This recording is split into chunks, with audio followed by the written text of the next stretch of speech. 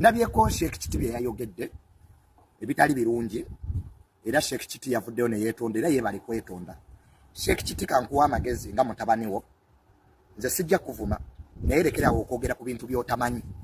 Sheikh Kiti by'otamanyi bireke kubanga biba bikusukka entegeera. Ekizibu kati basheeka abamu kye muyina mwefudde ba bloga buli kimu mwagalo kiwaaka analysis mu nsi si buli kimu nti bakyogerako naddala ebintu by'otamanyi. Nze dunia ndi mukatuliki sobola kwogera ku bintu bya busiraamu kubanga sibimanyi. Kakati bovuula amadini g'abalala n'ogakkakkanya oba weetadde mu position nti naawe iyo bajja gikkakkanya. Muwe ekitiibwa abantu bye bakkiririzaamu kubanga Sheikh Kiti ekisooka toli muganda wa Nabbi Muhammad. Ekyokubiri tulina luganda ku Yesu Kristo tuwamukubidde essimu. Ffenna bye tusinza bye tukkiririzaamu byaffe ng'abantu.